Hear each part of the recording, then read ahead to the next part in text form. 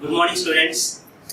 In this class, we'll discuss about Unit 4 topic, that is telephone networks. Okay. So, before discussing the points, first of all, I would like to introduce some important points regarding telephone networks. So, PSTN. So, PSTN stands for Public Switch Telephone Networks, which is the oldest telephone network, which is having a history of 100 years. So this is the oldest telephone network which is existing today itself. So the main points to be noted here is, to construct this entire telephone network, it uses billions of kilometers of copper wire.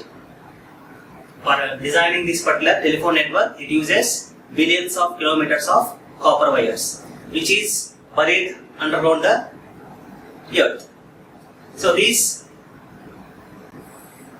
wire pairs are generally copper wires. We know that copper wires cost is more. Generally 30 to 40% of the telephone network cost is mainly depends upon the copper wire. Therefore, in this topics, we will discuss how to reduce the length of the copper wires to reduce the cost of the telephone network. That is one point we are going to understand in these topics. That is first point. Next point is, so since this telephone network is existing for hundreds of years, the main reason is that each and every piece or equipment in this telephone network is maintaining some techniques, procedures which are capable of working with each other.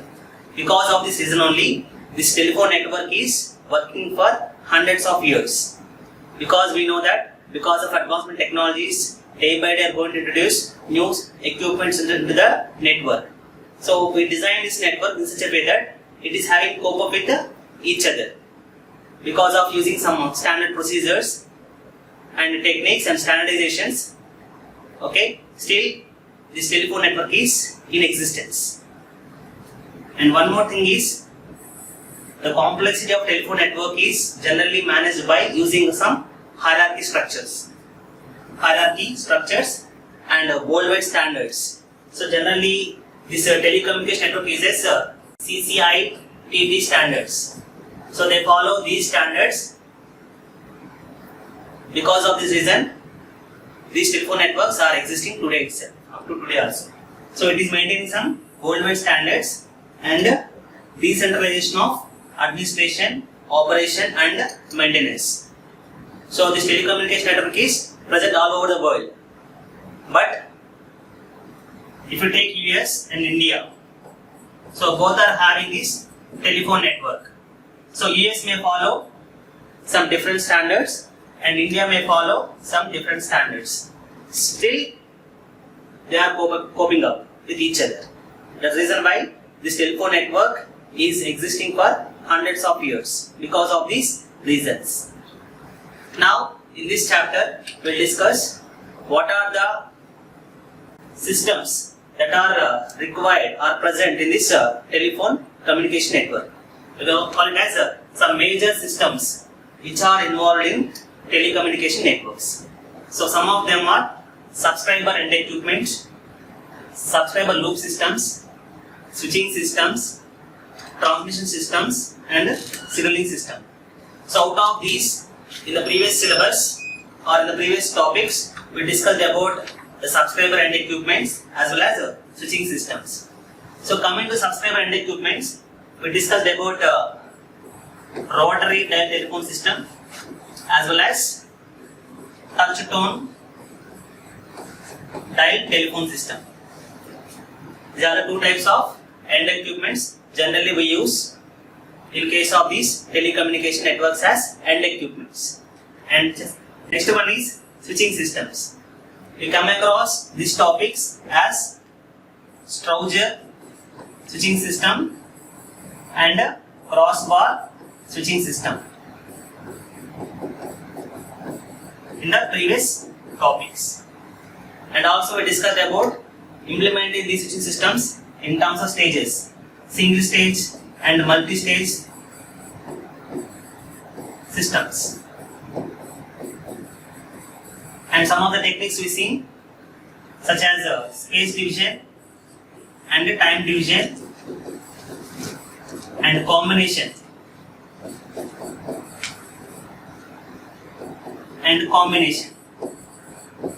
So there are topics we covered under the heading switching systems.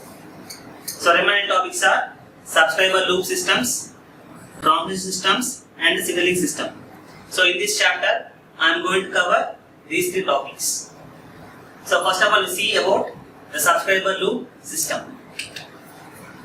Subscriber loop system. So what is a subscriber loop? Here we see some point called as subscriber loop. What is called a subscriber loop? Generally, if this is my house and this is one office, I can say it as a office. The wires which are coming from the home to the nearby switching office is called as subscriber loops.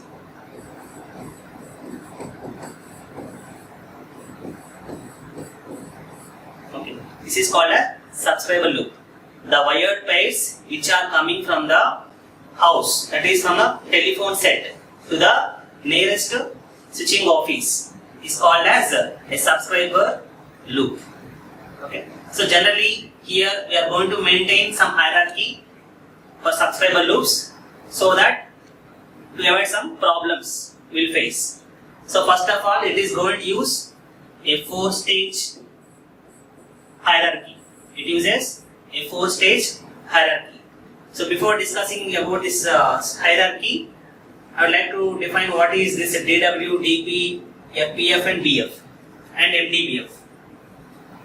So first one is DW.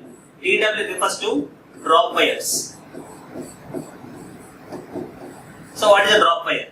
A drop wire means these are the copper plates coming from the house to a distribution point. So what is DP? DP stands for distribution point. Okay. So what is a drop wire? Drop wires are the wires or a pair of wires coming from the telephone set to the distribution point. Is called as drop wires. And third one is DC, drop cables, are called as distribution cables. Is called as distribution cables. So these distribution points carry some wires which are called as distribution cables. So based upon the place the wires are using, we'll call it the different names.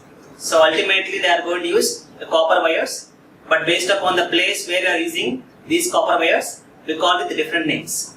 So it is also a copper wire, but it is called as drop wire. It is also a copper wire, but it is called as distribution cables.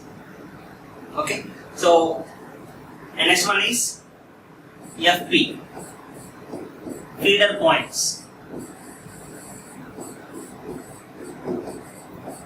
So all these distribution cables are connected to a nearby feeder point.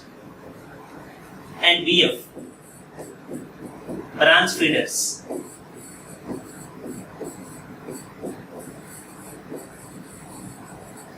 The cables which are connecting these feeder points are called as branch feeders. Again, these are also copper wires.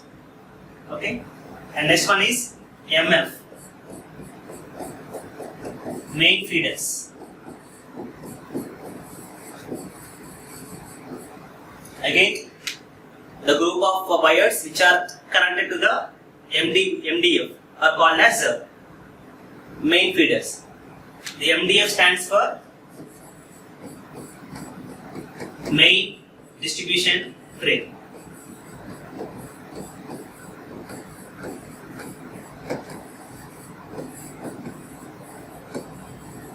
So these are the terminologies we have used in this subscriber loop systems.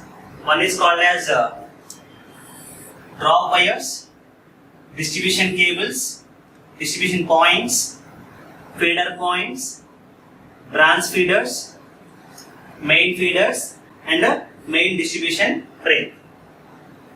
So it uses a four-stage hierarchy that are connected between the MDBF to the subscriber end.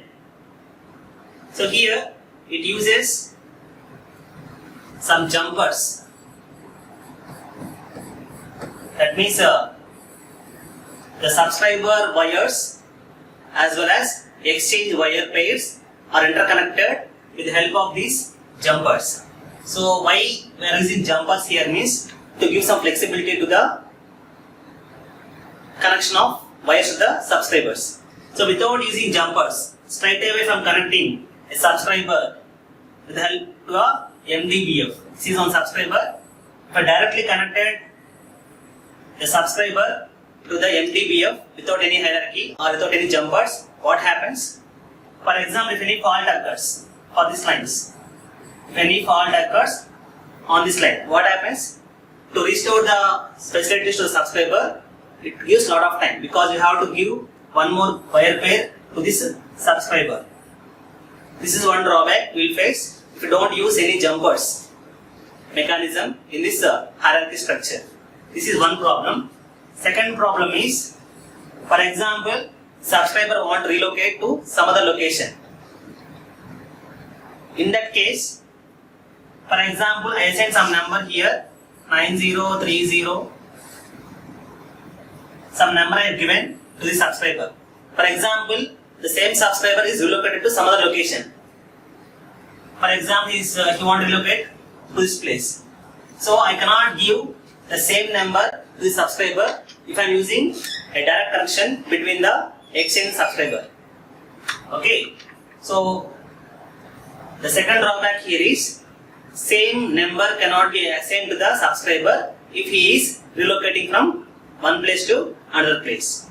To avoid all these drawbacks, we are going to use a mechanism called a jumpers are used to interconnect the exchange pair with the subscriber pairs, so that even he is relocating from one place to another place, you can able to give the same number to the subscriber. That is one advantage with the help of this jumper mechanism. And second one is, if any fault occurs for this line, therefore with the help of another drop wire, I can able to give connection to this subscriber. Okay, this is a mechanism you can use to avoid the problems we are facing by directly connecting the subscriber to the exchange. Okay, this is the hierarchy that is followed in the subscriber loops. Next, so what are the problems or issues you are facing? And one more point is, how much distance you can able to provide service. For example, this is the exchange and this is the location of subscriber. So what is the maximum length of this loop we can have? This is the question. Okay, there are two parameters that limits the length of the loop between the subscriber and exchange. One is called as signaling limit, another one is called as attenuation limits. Okay, now we'll see in detail about these two limits, signaling limits as well as attenuation limits. So coming to signaling limits. So in the previous chapters we discussed about some types of signalings such as hook-off signaling as well as pulse dialing. So to how these signalings are generated, generally with the help these two signals are DC signalings. These two are comes under DC signalings. Okay, so DC signaling is one of the issue we have to look at while choosing the distance between the subscriber and the exchange. Okay, so one more point we have remembered that for proper signaling, or for proper energizing the microphone, it requires 25 milliamperes of current as a biasing current. The telephone set requires a biasing current of 25 milliamperes for properly operating the microphone. So how to get this current? Generally two ways are there. One is how to power it from the exchange, or you have to use a power source at a subscriber telephone instrument itself. Generally in practice, we are going to get this 25 milliamperes of current from the exchange with the help of a local battery exchange. Generally, this 25 milliamperes of current is getting from the exchange. So that is one point, and one more point is 1300 ohm, the maximum loop resistance that an exchange limits is 1300 ohms. So here two specifications are there. 25 milliamperes of current is required for properly energizing the microphone. Another one is the maximum loop resistance is 1300 ohms for proper operation of the system. So these two parameters limiting the length of the line, because we know that V is equal to IR. So here the voltage is fixed at the battery. Central battery exchange is going to provide some 40 volts. Assume some 40 volts supply is getting from the exchange, and this current is 25 microamperes is fixed. Okay, we know that we take conductor. Conductor offers some resistance. Conductor offers some resistance. We know that's this point already. So based upon the length, the resistance increases. R is equal to rho L by A. The resistance depends upon the length of the cable. Larger the cable length, more the resistance. Okay, therefore this parameter resistance is going to prevent the length of the, or limits the length of the cable. Okay, now we'll see what are the ways and means to improve the length of the cable. So one empirical formula is there for finding the DC resistance of the cable. That is RDC is equal to 21.965 D square ohms per kilometer, where D is the diameter of the cable. D is the diameter of this cable. Generally, we are going to measure the cables in terms of AWG. AWG stands for American Wire Gauge. Generally, going to specify the cables in the terms of AWG. 19 AWG, 22 AWG, 24, 26 AWG. So, based upon the gauge number, it is having some fixed diameters. For a given diameter, it is going to offer some resistance. In terms of per kilometer, it is going to offer 26.4 ohms of resistance per 1 kilometer if I am using a 19 gauge wire. And also it is going to offer some attenuation in terms of dB per kilometer. Okay, so this is a table which is very much required for us for solving the problems. In the problem they may specify, if I am using some gauge number, what is the maximum loop resistance that can offered by this cable. Like that, there are some problems are there. So to solve this problem, definitely we require this table. Okay. Now try to solve one problem based upon this application of signal limits. Our objective is to find out what is the total length of the cable from an exchange to the subscriber based upon the specification given here. So an exchange uses a 40 volts battery to drive subscriber lines. A resistance of 250 ohm is placed in series with the battery to protect it from short circuit. So along with the battery, they are going to provide some series resistance of 250 ohm. This is 40 volts supply. Okay. The resistance of 50 ohm. The subscriber are required to use a standard telephone set which offers a DC resistance of 50 ohms. Okay. So we have to use some cable here. We'll call it as a loop resistance, and this is a subscriber end which is having a 50 ohm resistance. This is the telephone set. A telephone set is having a DC resistance of 50 ohms. Okay. Now my objective is this microphone is going to require 23 microamperes or milliamperes of current for proper function. Determine the farthest distance from the exchange at which a subscriber can be located in 26 AWG conductor is used. So this wire is a 26 AWG wire. I want to use this wire. So from the table, for 26 AWG wire, it is going to offer 133.89 ohms per kilometer. So this is going to offer how much? 133.89 ohms per kilometer. So with this information, I have to find out what is the length of distance between the exchange and the subscriber end. This you have to calculate.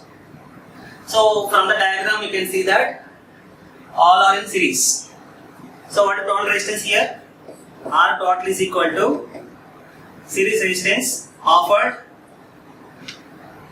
connected to this battery for protecting it from short circuits plus the loop resistance plus the resistance at a telephone set.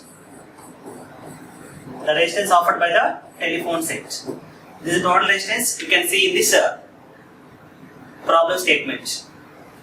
So what is RS here? It is 250 ohms plus R will have to find it out plus the telephone set is having 50 ohms. So our objective is the current required by the telephone set must be 23 milliamperes of current. So I is equal to V by R. That is equal to what is the voltage? We are using a 40 volt supply from the exchange, and this must be 250 plus, take approximation, it is 134, take it as 134 plus 50. So what is the value here? 23 milli, 10 to 10 power minus 3 is equal to 40 by 250 plus 134 plus 50. It implies, sorry, this is all I have taken.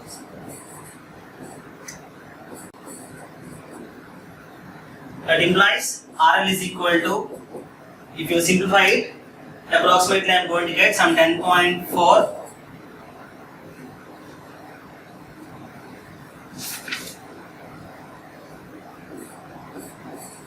1439 I am going to get. Simplify this and find the value of RL. It is going to give value of RL is equal to 1439.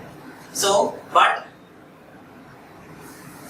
for this resistance, how much length we can have? Because this 26 AWG gauge wire is having a resistance of 134 ohms per kilometer. So I can have maximum of 149 ohms of resistance to satisfy this current of 23 milliamperes, right? Therefore, what's the value I can have?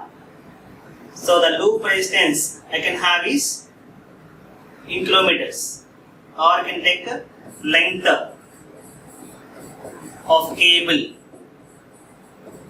is equal to how much? 1439 by 134.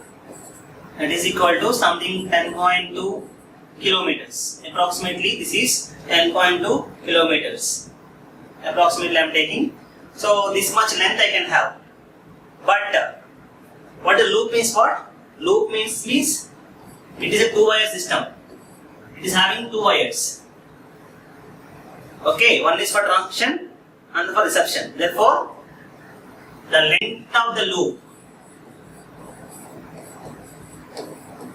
is equal to 10.2 by 2. That is equal to 5.1 kilometers.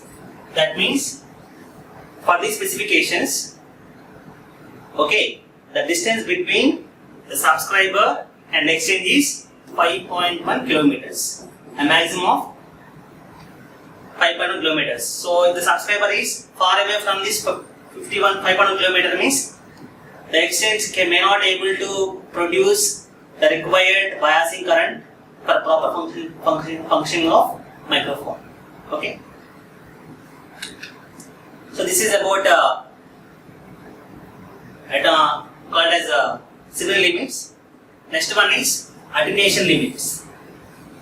So this comes under the AC response. So first one is what? Signaling limit comes under DC response, whereas this attenuation limits comes under AC response of the loop.